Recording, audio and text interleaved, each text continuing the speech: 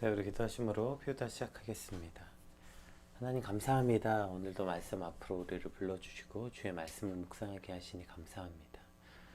오늘과 사울과 다윗의 반복되는 상황 앞에서 우리에게 좋은 믿음은 무엇인가, 또 좋은 신앙은 무엇인가, 우리가 말씀을 통해 깨닫게 하시고 그 좋은 믿음, 좋은 신앙을 꿈꾸고 오늘 그 좋은 신앙과 좋은 믿음을 갖게 되는 오늘이 되게 하여 주시옵소서.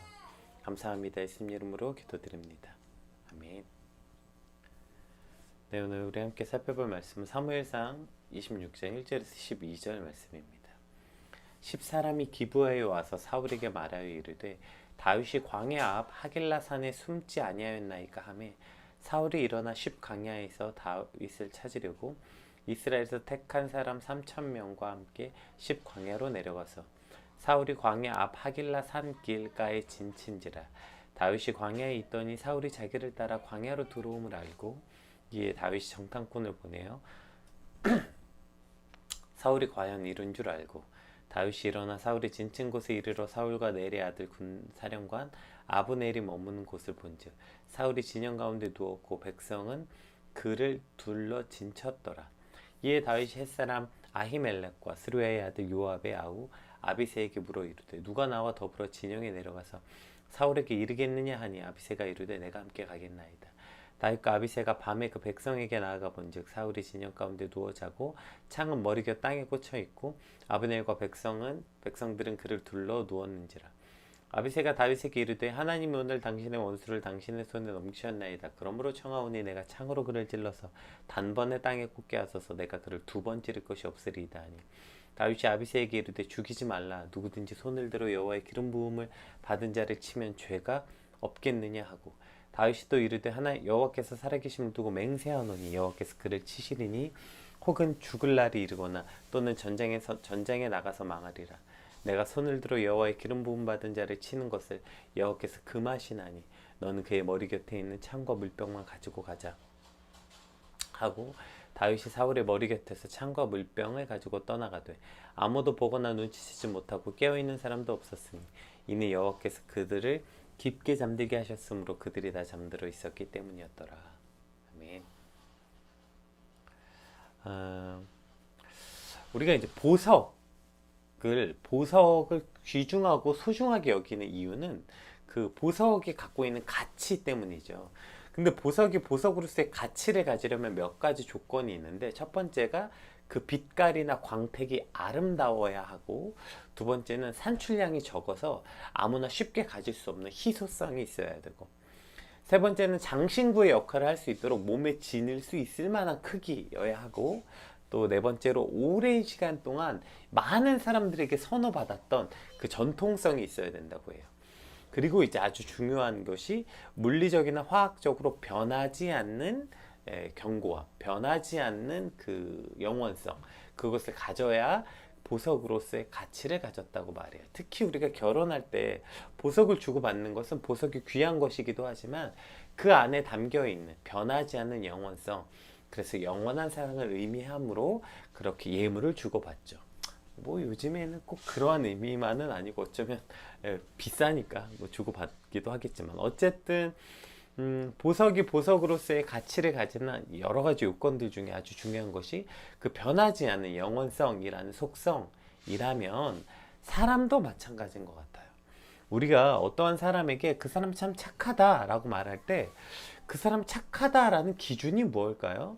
왜 우리가 어떤 그 흉악범, 막 범죄가 터져서 막 가서 그 마을 사람들 막 인터뷰하잖아요. 그러면 대부분 야, 그 놈은 진짜 그럴 줄 알았다. 그 놈은 이상한 놈이었다. 이렇게 말하는 사람 별로 없어요. 대부분은 아, 너무 깜짝 놀랐다. 평소에는 너무 착한 사람이고 예의 바른 사람이었다. 이렇게 주변에 인터뷰한 사람들이 훨씬 더 많죠. 결국에 내가 착하다고 말하는 사람들이 누군가에게는 나쁜 사람이기도 하고 또 내게 나 그 사람 참 나쁜 사람이야 라고 내가 말할 때 누군가에게 그 사람은 참 착한 사람이기도 하는 것이죠. 그래서 누군가에게 착하다는 표현을 쓴다는 것이 참 어려워요. 얘기했던 것처럼 내게는 착한 사람이 누군가에는 나쁘기도 하고 또 내게 나쁜 사람이 누군가에게는 착한 사람이기도 하기 때문이죠. 따라서 어떤 사람의 그 인격과 성품, 그 사람이 착하다 안 착하다는 기준이 그 사람의 행동과 아주 깊이 관련이 돼 있다는 점에서 많은 전문가들은 이것을 도덕교육 혹은 의지교육과 밀접한 관련이 있다고 말해요. 그래서 이제 로크라는 이 사람에 따르면 인격이란 어떤 사람이 자신의 욕구를 억제하고 자신의 기분을 거역하며 오로지 이성이 최선의 것이라고 명령하는 바에 따르는 것, 이것이 좋은 인격이다, 이렇게 말했어요. 그렇기 때문에 어떤 대상에 따라서 자신의 기분에 따라서 상황에 따라서 자신의 행동이나 판단의 기준이 달라지는 것이 아니라 위에 얘기했던 그 인격 교육, 그러니까 뭐 훈련과 교육을 통해서 어떠한 상황이든지 어떠한 대상이든지 자신의 욕구와 기분을 억제하고 동일한 이성적 판단을 내리는 것을 좋은 인격이다, 좋은 품성이다, 즉 우리가 말하는 착한 사람이다 라고 말할 수 있다는 것입니다. 그러니까 그 기준이라는 것이 그냥 어떤 상황에 따라서 바뀌는 것이 아니라, 즉 상황과 환경과 상관없이 그 모든 욕구와 기분을 거역하고 이성에 따라 판단하는 것, 이성에 따라서 동일한 행동을 갖고 있는 것, 이것이 좋은 이성, 좋은 착한 사람이라고 말한다는 것이죠. 그렇다면 우리는 거기서 한 걸음 더 나아가서 과연 좋은 신앙, 좋은 믿음은 무엇인가를 살펴볼 때 오늘 본문을 통해서 한번 살펴봅시다. 네, 우리 오늘 본문의 시작을 볼게요. 10사람이 기브에 와서 사울에게 말하여 이르되 다윗이 광야 앞 하길라 산에 숨지 아니하였나이까 하매 사울이 일어나 10 광야에서 다윗을 찾으려고 이스라엘에서 택한 사람 3,000명과 함께 10 광야로 내려가서 사울이 광야 앞 하길라 산 길가에 진친지라. 다윗이 광야에 있더니 사울이 자기를 따라 광야에 들어옴을 알고 이에 다윗이 정탐꾼을 보내어 사울이 과연 이룬 줄 알고, 이렇게 시작합니다. 그러니까 오늘 본문에 보면 다윗이 어디에 있는지 첩보를 이제 10사람에게 첩보를 받죠, 사울이. 그리고 다시 다윗을 잡으려고 10 광야에 정예병 3,000명을 데리고 나아갑니다. 이것이 오늘 본문의 시작이죠. 근데 이것이 계속 반복되는 패턴 아니에요? 근데 사울이 다윗을 죽이려고 할 때 늘 어떠한 패턴이 존재하냐면, 그러니까 처음에 사울이 다윗을 죽이려고 할 때 요나단이 사울을 막습니다. 다윗은 아버지께 은혜를 베풀었는데 다윗을 죽이려고 하는 것은 결코 옳지 않습니다 라고 말할 때 사울이 뭐라고 말하냐면, 사울이 요나단의 말을 듣고 맹세하되 여호와께서 살아계심을 두고 맹세하거니와 그가 죽임을 당하지 아니하리라. 그가 하나님 앞에 맹세하면서 맞다, 네 말이 맞다, 다윗은 절대 죽지 않겠다, 내가 다윗을 절대 죽이지 않겠다, 그렇게 맹세해놓고 그 다음에 또다시 다윗을 죽이려고 그냥 별의별 짓을 다 하다가 결국에 직접 다시 죽이려 이제 다윗을 쫓아다니죠. 그리고 이제 얼마 전에 우리가 살펴봤던 거, 엘디게 광야에 있을 때 다윗과 그의 병사들이 있는 굴에 사울이 용변을 보려 스스로 두려우죠. 스스로 정말 사울이 넝굴째 굴러 들어옵니다. 이때 다윗이 사울의 옷자락만 살짝 베죠. 그리고 사울에게 나가서 당신은 나를 죽이려 했지만, 나는 당신을 죽일 기회가 있었지만 나는 그러지 않았습니다. 나는 당신에게 해를 끼친 적도 없고 앞으로도 그럴 생각이 없습니다. 그러니 나에게 이렇게 악을 하지 마세요 라고 이제 다윗이 절절하게 사울에게 말할 때 사울이 뭐라고 해요? 사울이 내 아들 다윗의 목소리가 아니냐 이러더니만 17절에 봅시다. 뭐라고 말했는지. 다윗에게 이르되 나는 너를 학대하되 너는 나를 선대하니 너는 나보다 의롭도다, 이렇게 말해요. 그리고 더 나가서 20절에 이렇게 말합니다. 보라, 나는 내가 반드시 왕이 될 것을 알고 이스라엘 나라가 내 손에 견고히 설 것을 아노니. 그러니까 지금 다윗이 자기를 죽일 기회가 있었지만 죽이지 않고 옷자락만 베니까 지금 가서 나는 너를 학대했지만 너는 나를 선대했으니 네가 나보다 의롭고 분명히 너는 이스라엘 왕이 될 것을 내가 알고 있고 이스라엘이 네가 왕이 되면 지금보다 훨씬 더 견고히 설 것을 나는 안다. 막 이렇게 고백하잖아요. 자, 이 고백이 바로 이 전장, 그러니까 우리가 지난 나발 사건 바로 전에 있었던 사건이라고요. 아니 그래 놓고 얼마 지나지도 않아서 지금 또 다윗을 죽이러 10 광야에 나온 거예요. 아니 부끄럽지도 않나? 방금 자기가 저렇게 말해놓고 아니 무슨 너는 나를 학대 내가 너를 학대했지만 넌 나를 선대하니 넌 나보다 의롭고 네가 왕이 될 것을 알고 다 말해놓고서 또 군대를 이끌고 다윗을 또 죽이러 나오다니 아 사울은 참 부끄럼도 모르는 사람인가? 이런 생각을 하게 되죠. 그런데 아 참 사울은 부끄럼도 모르는가? 하는 생각이 드는 동시에 그렇다면 나는 부끄러움을 아는가? 이런 질문을 하게 돼요. 오늘 말씀 앞에 나온 여러분은 부끄러움을 아십니까? 하나님 앞에 우리도 수많은 고백들과 약속들을 하는 거 아닙니까? 아 하나님 저는 하나님 제가 하나님께 이렇게 했지만 하나님은 어찌 저에게 그런 은혜를 베풀어 두십니까? 하나님 사람이 무엇이고 한데 이처럼 주께서 우리를 선대하십니까? 우리가 수없이 주님을 배신하고 배반하였지만 주님은 어떻게 저에게 그렇게 놀라우신 신실한 사랑을 베푸십니까? 주님 나도 주님을 따라 신실하게 살길 원합니다. 수없이 고백하고 수없이 약속하고 수없이 그렇게 찬양하고 고백하고 눈물을 흘리고 그래 놓고 또다시 하나님을 저버리고 또다시 믿음을 저버리고 또다시 세상을 향해 나아가는 과연 우리는 부끄러움을 아는가? 라는 질문을 해볼 수밖에 없겠죠. 따라서 우리가 위에 살펴봤던 것처럼 보석의 조건은 영원성이라고 말했잖아요. 좋은 사람의 조건 역시 어떤 사람이 좋은 인격을 가졌는가 좋은 품성을 가졌는가 그 사람의 기분이나 환경에 따라 변하는 것이 아니라 훈련과 의지를 가지고 그가 꾸준히 그의 행동을 절제하는 것 그것이 좋은 품성이라고 말했잖아요. 그렇다면 우리가 좋은 믿음이라고 말할 때 아주 중요하고 기본이 되는 것이 바로 변하지 않는 꾸준함이라는 것을 우리 역시 알 수 있게 되는 거죠. 믿음의 여러 모습이 존재하죠. 특별히 좋은 믿음이라고 우리가 생각할 때 가장 먼저 떠올리는 것은 어떤 믿음의 열정이나 뜨거움을 떠올리는 것 같아요. 물론 그 뜨거움과 열정이 하나님을 경험하고 하나님께 나아가게 되는 계기는 될 수 있지만 그것을 과연 좋은 믿음이라고 말할 수 있는가? 그것은 그렇지 않은 것 같아요. 우리가 그것을 바라봐야 하고 꿈꿔야 되는 지향점인가? 그것은 그렇지 않은 것 같아요. 그런데 우리가 좋은 믿음이라고 이렇게 얘기할 때 늘 우리가 주님 믿음을 회복하게 해주세요. 믿음을 회복하게 해주세요 라고 하는 그 믿음의 회복이라는 것이 늘 그 뜨거운 믿음과 열정을 말하는 거라고요. 하나님 제가 요즘에 믿음이 많이 약해졌습니다. 믿음을 회복하게 해주세요 라고 말할 때 약해졌다는 믿음과 회복하게 되는 믿음의 지점이 늘 그 뜨거운 믿음, 열정의 믿음을 회복하게 해달라 라는 의미로서 우리가 사용하는 것 같아요.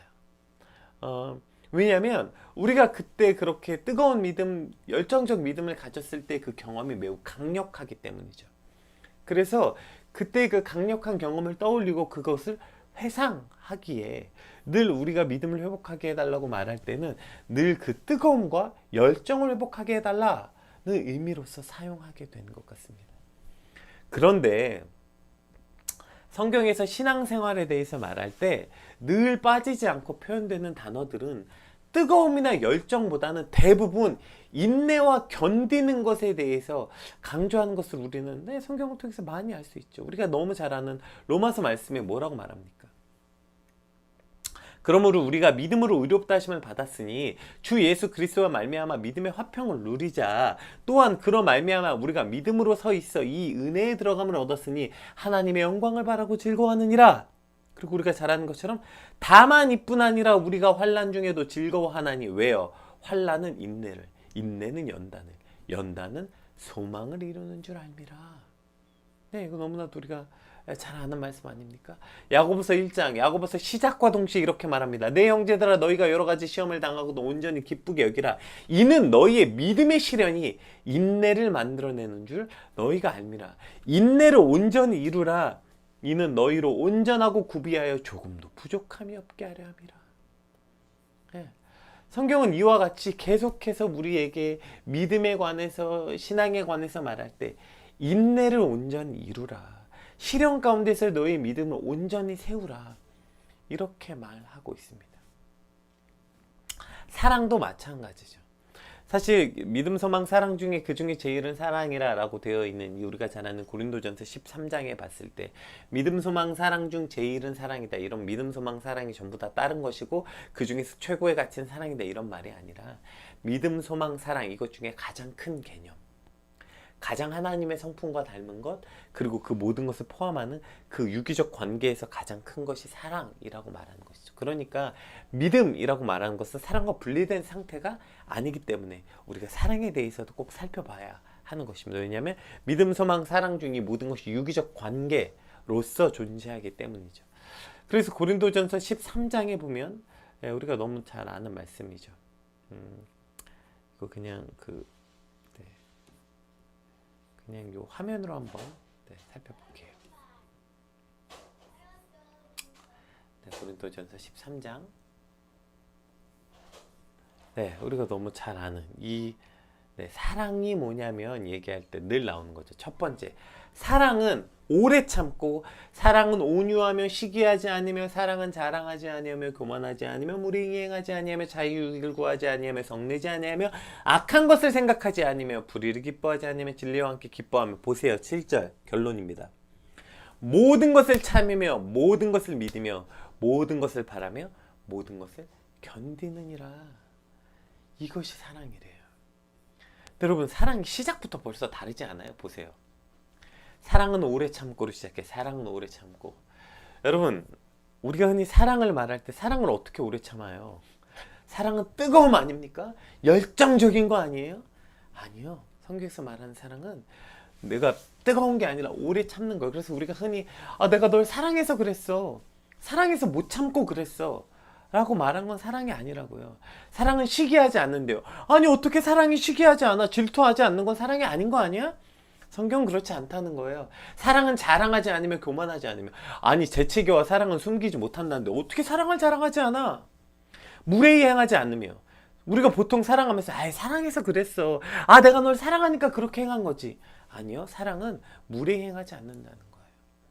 그러니까 우리가 생각하는 사랑은 열정적이고 정열적인 게 아니라 오히려 매우 동적인 것임을 보게 돼요. 사랑은 견디고 참고. 그래서 사랑의 결론이 뭐예요? 모든 것을 참으며 모든 것을 믿으며 모든 것을 바라는 것, 그것이 사랑이다. 이렇게 말하고 있어요. 그러니까 우리가 좋은 믿음, 좋은 신앙이라고 말할 때 막 뜨겁고 열정적이고 정열적인 믿음, 그것이 하나님께 나아가고 믿음에 나아가는 계기가 돼요. 사랑도 마찬가지죠. 그렇게 강력한 막 사랑의 열정, 사랑의 정열, 막 뜨겁게 타오르는 사랑이 사랑을 향한 계기는 될 수 있지만 그것이 사랑의 본질이 될 수 없는 것처럼 믿음 역시 마찬가지입니다. 믿음 역시 어떤 것이 좋은 믿음이냐면 그 뜨겁고 정열적인 믿음, 하나님을 향한 어떤 불타는 사랑으로 인한 열정적인 믿음이 믿음의 계기는 될 수 있지만 그것이 믿음의 본질이 될 수 있는 건 아니에요. 오히려 믿음은 그래서 오래 참고 견디고 바라고, 이것이 변하지 않는 믿음. 즉 그 어떠한 상황 가운데서 어떠한 환경 가운데서 흔들리지 않고 꾸준히 견디고 꾸준히 바라는 것, 이것이 믿음의 모습이라는 거예요. 오늘 그 뒤에 다윗의 모습은 어떠합니까? 오늘 왜 다윗 다울 수 있는가? 이것이 오늘 다윗 믿음 아닙니까? 다윗도 똑같은 상황을 경험하게 됩니다. 자, 다윗이 이제 이 말을 듣고 이제 실제 그 아비새와 함께 이제 나아갑니다. 딱 나가봤더니 이렇게 돼 있는 거예요. 다윗과 아비새가 이제 사울에게 나가봤더니 이렇게 돼 있습니다. 다윗과 아비새가 밤에 그 백성에게 나아가 본즉 사울이 진영 가운데 누워서 자고 창은 머리 곁에 땅에 꽂혀 있고 아브넬과 백성들을 그를 둘러 눌렀는지라. 그냥 다 골아떨어져 있는 거예요. 그러니까 아비새가 말합니다. 아비새가 다윗에게 이르되 하나님이 오늘 당신의 원수를 당신의 손길에 넘기셨나이다. 그러므로 청하오니 내가 창으로 그를 찔러서 단번에 땅에 꽂게 하소서. 내가 두 번 찌를 것도 없습니다. 이렇게 말해요. 그랬더니 다윗이 뭐래요? 다윗이 아비새에게 이르되 죽이지 말라. 누구든지 손을 들어 여호와의 기름 부음 받은 자를 치면 죄가 없겠느냐 하고 다윗이 또 이르되 여호와께서 살아계심을 두고 맹세하노니 여호와께서 그를 치시리니 혹은 그가 죽을 날에 이르거나 또는 전쟁에 나가서 망하리라. 내가 손을 들어 여호와의 기름 부음 받은 자를 치는 것을 여호와께서 금하시나니 넌 그의 머리 곁에 있는 창과 물병만 가지고 가지고 가자 하고 다윗이 사물의 머리 곁에 창과 물병을 가지고 떠나가되 아무도 보거나 눈치채지 못하고 깨어있는 사람도 없었더니 이미 여호와께서 그들을 깊게 잠들게 하셨으므로 그들이 다 잠들어 있었기 때문이었더라. 자, 오늘 다윗도 이 상황이 반복됩니다. 또 이거 뭐죠? 엔디겨 광야에서 일어났던 일과 마찬가지 아니에요? 사울이 스스로 다윗이 있는 굴에 들어왔을 때 이것은 하나님이 주신 기회입니다. 이건 하나님이 주신 기회입니다. 가서 그냥 목만 쓱 베면 끝납니다. 오늘 아비새가 똑같이 말해요. 와, 오늘 하나님이 드디어 또 왕의 손에 사울을 붙이셨습니다. 그냥 가서 창으로 탁 꽂으면 끝납니다. 2번 꽂을 것도 없습니다. 제가 그냥 바로 가서 하겠습니다. 똑같은 상황이죠. 근데 다윗은 이때 또 동일하게 말합니다. 뭐래요? 아니, 그를 죽이는 것이 하나님의 뜻이 아니다. 하나님의 기름 부음 받은 자를 죽이는 것은 하나님의 뜻이 아니다. 그러니 그의 머리 곁에 있는 창과 물병만 가지고 가자. 여러분, 다윗이 이미 예전에 한번 똑같은 일을 했죠. 그러니까 똑같은 상황에서 보세요. 사울은 또 똑같이 다윗을 죽이려고 하고요. 다윗은 또 똑같이 사울을 죽이려 하지 않습니다. 이 변하지 않는 신실함, 이 같은 상황에서 이 끝까지 견디는 믿음, 이것이 바로 다윗의 믿음이었다는 거예요.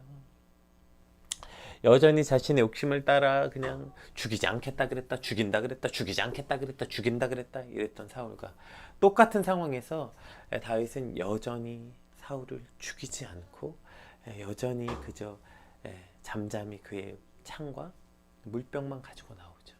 이것이 오늘 다윗의 믿음, 이것이 다윗의 다윗됨이었습니다. 여러분, 한 번 유혹을 이기고 나서 두 번째는 더 쉽습니까? 여러분 해봤잖아요. 쉽지 않아요. 다윗이 지난번에도 넝쿨채 들어온 사울을 죽이지 않았으니까 이번에 사울을 죽이지 않은 게 다윗에게 쉬웠을까요? 아니요, 그렇지 않습니다. 유혹은 가중돼요. 그러니까 똑같은 상황에서 한 번 유혹을 이겼다고 해서 그 유혹이 올 때 나 지난번에 한 번 이겼으니까 이번엔 더 쉬워. 아니요, 훨씬 더 어렵습니다. 우리 해봤잖아요. 야, 내가 지난번에 한 번 참았는데 이거 또 참아야 돼? 야, 내가 지난번에 한 번 견뎠는데 또 견뎌야 돼? 야, 내가 너 지난번에도 한 번 봐줬잖아. 근데 내가 또 견뎌야 돼? 훨씬 더 어렵습니다. 한 번 참은 걸 또 참는 거, 한 번 견디고 또 견딘 거 절대 쉽지 않아요. 오히려 더 어렵습니다. 중첩됩니다.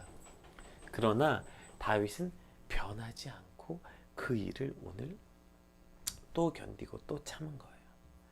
이것이 오늘 다윗의 다윗됨, 다윗의 믿음이었다는 것이죠.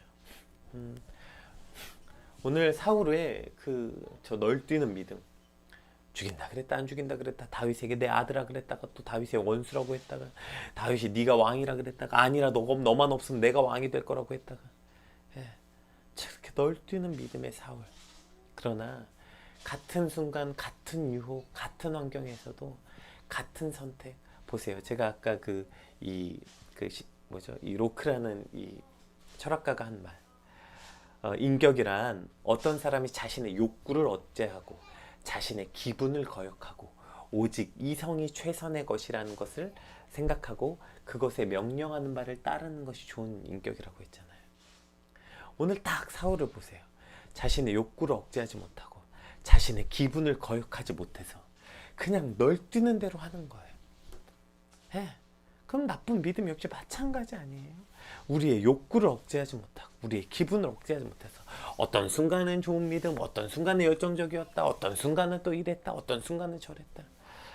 이것이 그러나 오늘 다윗은 자신의 욕구를 억제하고 자신의 기분을 거역하고 오직 믿음에 따라 말씀이 명령하는 바를 따르는 것. 이것이 오늘 다윗의 믿음이었고 그것을 곧 좋은 믿음이라고 말할 수 있는 것이죠. 이것이 좋은 인격이라고 말할 수 있는 것처럼 이것이 오늘 다윗의 좋은 믿음이었던 것입니다. 그러면 왜 사울은 이렇게 널뛰는 믿음을 가졌고 다윗은 이 한결같은 믿음을 가질 수 있었을까? 이것 역시 너무나도 포인트 핵심이 하나 있습니다. 우리가 너무나도 잘 아는 유명한 말 있죠. 뭘까요? 기억되지 않는 역사는 반복된다. 이 말 기억하시죠? 왜 도대체 사울은 저렇게 널뛰냐면 기억하지 못하기 때문이에요. 사울은 늘 기억하지 못해요. 같은 상황에서 하나님의 말씀도 기억하지 못하고 다윗에게 받았던 은혜도 기억하지 못하고. 예, 이것이 사울이 정신이 나갔다. 성경은 그렇게 나왔잖아요. 사울이 정신이 온전치 않았다. 그러니까 계속 왔다 갔다 하는 거, 계속 있는 거예요. 기억되지 못한 거예요. 자기가 어떤 실수를 했는지도 기억하지 못하고 하나님의 말씀도 기억하지 못하고 다윗에게 받았던 은혜도 기억하지 못하니까 저렇게 널뛰는 믿음을 갖는 거예요. 무엇이 기억돼야 되는 거예요? 그런데 오늘 다윗을 보세요. 다윗은 늘 뭘 기억하고 있습니까? 하나님의 말씀과 하나님의 명령이 늘 기억되는 거예요. 지금 말해요. 아비새가 드디어 하나님이 우리에게 원수를 보내셨습니다. 드디어 하나님이 오늘 당신의 원수를 당신의 손에 넘기셨나이다. 그러니 청하오니 내가 창으로 그를 찔러 단번에 땅에 꽂게 하소서. 2번도 찌를 것이 없습니다. 다윗이 뭐라 그래요? 죽이지 말라. 누구든지 손을 들어 여호와의 기름 부음 받은 자를 치면 죄가 없겠느냐. 늘 다윗에겐 이 말씀이 있는 거예요. 하나님의 명령. 기름 부은 여호와의 기름 부음 받은 자를 죽이지 말라. 기름 부음 받은 자를 치는 것을 여호와께서 금하셨다는 그 여호와의 말씀과 여호와의 명령이 늘 다윗에게 있는 거예요. 그 말씀이 변하지 않고 있었기 때문에 다윗은 흔들리지 않는 믿음이 있는 것이죠. 제가 아까 얘기했던 이 로크가 말했던 어떠한 사람이 자신의 욕구를 억제하고 자신의 기분을 거역하며 오로지 이성이 최선의 것이라고 명령하는 바에 따르는 것이라면, 그러면 오늘 다윗의 믿음은 자신의 욕구를 억제하고 자신의 기분을 거역하고 오직 하나님의 말씀이 최선인 것이라고 명령하는 바에 따르는 것, 이것이 다윗의 믿음이었다는 거예요. 즉 우리 안에 무엇이 기억돼야 되는 것입니까? 즉 하나님의 말씀이 날마다 기억될 때 우리의 감정에 따라 상황에 따라 우리의 믿음이 널뛰지 않고 하나님의 말씀이 기억되는 거예요. 오늘 우리 삶에 늘 하나님의 말씀이 기억되는 거예요. 왜 오늘 말씀이 없으니까 사울은 어떻게 돼요? 감정만 있는 거예요. 감정만. 열정만 있는 거예요. 계속 잊어버려요. 그러니까 어떨 땐 감정이 있을 땐 그래 내가 다윗 죽이지 않을게. 그래 다윗아 내 아들아 막 열정이 차고 넘치죠. 네가 왕이 될 것이다. 얼마나 열정적입니까? 다음날 또 죽이러 가는 거예요 다윗. 왜요? 사울에겐 하나님의 말씀이 없거든요. 말씀이 기억되지 않는 거예요. 그러나 오늘 다윗에겐 어떠한 상황이든지 하나님의 말씀이 있는 거예요. 풀은 마르고 꽃은 시들어도 주의 말씀은 영원하겠다. 이사야 말씀의 고백이에요. 이것이 우리 안에 있을 때 곧 좋은 믿음. 어떻게 우리의 믿음이 그러면 저렇게 널뛰지 않고 신실하고 변함없고 꾸준한 믿음을 가질 수 있는가? 막 어느 때는 막 주를 위해 뭐든지 할 것 같이 막 열정적으로 나아갔다. 어쩔 때는 하나님이 없어 막 절망했다. 왜 이럴까요? 주의 말씀이 없기 때문에 그래요. 주의 말씀이 우리 안에 거하지 않기 때문입니다. 얼마 전에 어떤 목사님이 사람들에게 질문을 받아서 답을 하는 코너가 있는데 거기서 어떠한 사람이 이런 질문을 했어요. 제가 정말 예전에 성령 충만해서 정말 열심히 주를 위해 열정적으로 일도 하고 했는데 요즘은 교회 일 때문에 상처받아서 열정을 잃어버렸습니다. 일을 하고 싶지 않습니다. 교회 일을.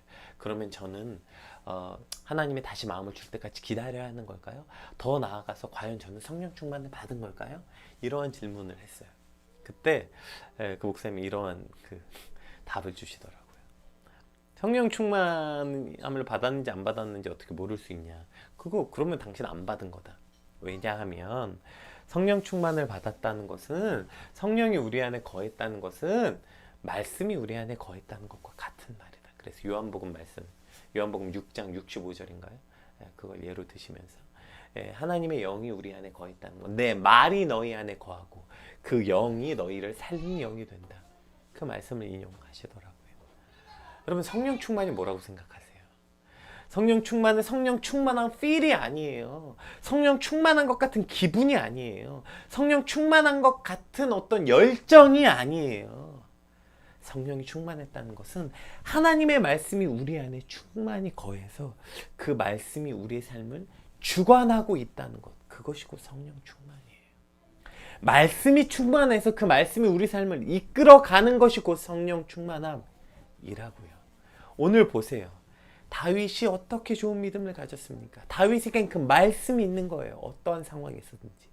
그리고 그 말씀이 지금 다윗의 삶을 이끌어가고 있는 거예요. 똑같은 상황에서 똑같은 유혹 앞에, 똑같은 지금의 환경 앞에 다윗은 늘 하나님의 기름 부음 받은 자를 치는 것이 하나님의 뜻이 아니다. 이는 여호와께서 금하신 것이다. 그 말씀이 다윗의 판단의 근거가 되고 그 다윗이 그 말씀에 따라 행하게 되는 것. 그러니까 다윗은 꾸준하고 변함없고 똑같은 유혹 앞에 똑같은 결정, 똑같은 신실한 믿음을 가질 수 있게 되는 거예요. 그러나 말씀이 없는 사울은 기분에 따라 이럴 땐 다윗의 내 아들아 내가 너를 죽이지 않겠다 했다고, 어느 땐 또 다윗 네 원수 죽여야 된다고 했다고, 또 어떨 땐 막 열정이 있을 땐 막 감동이 있을 땐 막 다윗의 네가 내 아들이다 이랬다가. 우리의 믿음이 열정이 아니에요. 좋은 믿음은 열정이 아니에요. 좋은 믿음은 말씀을 근거해서 변하지 않는 꾸준함. 이것이 오늘 저와 여러분의 믿음이 되고 그것이 우리의 좋은 인격, 좋은 믿음이 되는 것입니다. 우리 아까 이거 다시 한번 기억했으면 좋겠어요. 좋은 사람, 좋은 인격, 그것을 했던 이야기. 자신의 욕구를 억제하고 자신의 기분을 거역하고 오직 이성이 최선인 것이라고 명령하는 바에 따르는 것. 좋은 믿음, 자신의 욕구를 억제하고 자신의 기분을 억제하고 오로지 하나님의 말씀이 최선이라는 것이라는 명령에 따르는 것. 이것이 오늘 저와 여러분의 좋은 믿음이 되시길 주님으로 축복합니다. 주님, 오늘 우리 안에 좋은 믿음을 회복하게 하여 주시옵소서는 믿음을 향한 열정을 회복하게 해주세요가 아니라 주의 말씀이 최선인 것으로 여기고 그 말씀에 따라 오늘 행동하고 말씀에 따라 살아가는 것. 즉 일단 그러려면 우리 안에 말씀이 있어야 될 거 아닙니까? 좋은 믿음은 말씀이 있는 것입니다. 그리고 그 말씀에 따르는 것입니다. 우리 안에 이 믿음을 달라고 우리 같이 받은 말씀 놓고 함께 기도하겠습니다. 기도합시다.